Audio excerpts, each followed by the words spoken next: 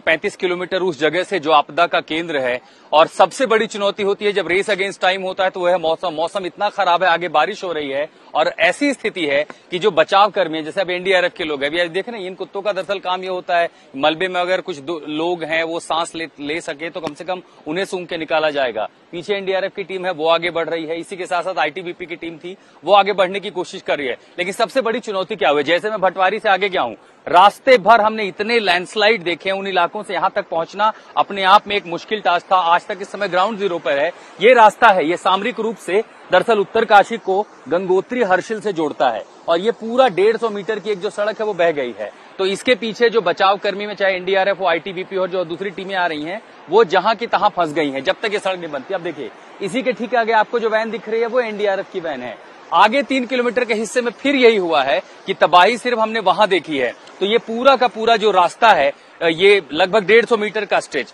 ये राष्ट्रीय राजमार्ग अपनी जगह पर बैठ गया, धराशायी हो गया। और इसीलिए अब चुनौती है कि यहां से बड़ी गाड़ियां निकले कैसे, क्योंकि ये इकलौता रास्ता है। अब ये एनडीआरएफ के जो लोग हैं इनकी भी जो अतिरिक्त कंपनियां मोबिलाइज की गई थी जाने के लिए, वो इन पहाड़ों से देखे रास्ता बना रहे हैं। यहां से रास्ता बनाते हुए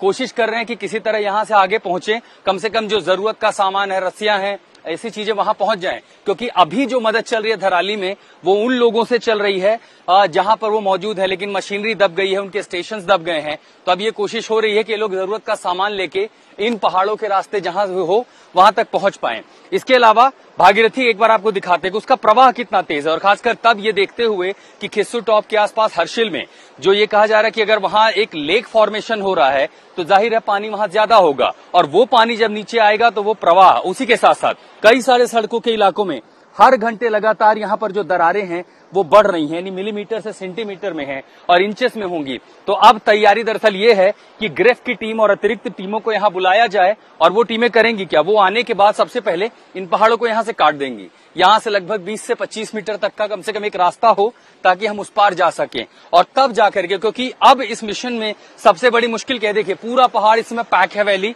इस समय बारिश हो रही है, पीछे के इलाकों में और ज्यादा बारिश है। इस बारिश के चलते एक तो राहत बचाव कार्य बेहद मुश्किल हो जाएगा, क्योंकि हेलीकॉप्टर्स लैंड नहीं कर सकते। चिनूक हो, चाहे मी-17 हो, चीता हेलीकॉप्टर्स हो, एएलएच ध्रुवा हो, इन सब हेलीकॉप्टर्स को स्टैंड बाय रखा गया है, लेकिन इस मौसम में वो लैंड नहीं कर सकते। इसी के साथ साथ देवदूतों की जो टीम, जो एनडीआरएफ की टीम है, वो जो एक बड़ी कंपनी है, वो यहां से 3 किलोमीटर आगे फंसी हुई है। अगर दीपक जूम करके यहां से दिखाने की कोशिश करें, वो जो रास्ता है ये भी सबसे महत्वपूर्ण है कि आपको बचाने के लिए दरअसल जो कोशिशें करनी है वो है मोबिलाइजेशन ऑफ रिसोर्सेज, और अभी उसी में सबसे ज्यादा मुश्किलें आ रही हैं, क्योंकि वहां तक पहुंचने के रास्ते ही बिल्कुल बंद कर दिए गए हैं और वो प्रकृति ने बंद किए हैं। अब भागीरथी की धारा देखिए, वो इतना प्रवाह तेज है कि इसी भागीरथी के आगे जितने भी गांव हैं, आगे आपको वहां की भी तस्वीरें दिखाता हूं कि उन तमाम गांवों को इवैक्यूएट करा लिया गया है, खाली करा लिया गया है। अब जो राहत बचाव कर्मी है, इसी के साथ साथ ग्रेफ की टीम जो आई थी बीआरओ की, वो आई, उन्होंने कोशिश की कि रास्ते को खाली कराया जाए। ये जो